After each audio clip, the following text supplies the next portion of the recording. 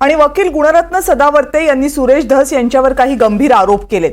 बुट्टा Gaikwad murder प्रकरणाशी सुरेश धस यांचा संबंध असल्याचा आरोप गुणरत्न सदावर्तेंकडून करण्यात येतोय। या प्रकरणातील आरोपींना पळून जाण्यात धस यांच्या पत्नीची मदत असल्याची सुद्धा शंका सदावर्तेंकडून व्यक्त केली जाते आणि सदावर्तेंकडून सुरेश धस यांच्या अटकेची मागणी केली जाते।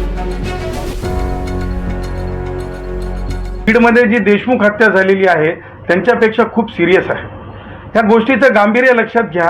एखाद्या भटक्या आदिवासी समाजाशी संबंधित मागास समाजाशी संबंधित माणसाला म्हणजे कशा प्रकारे हत्यार तयार करण्यात आले, म्हणजे धसांचं शेत होतं का, मग त्याच्या पुढे जाऊन धसांच्या पत्नीने 3 लाख रुपये पाठवले, ती रक्कम जप्त होते।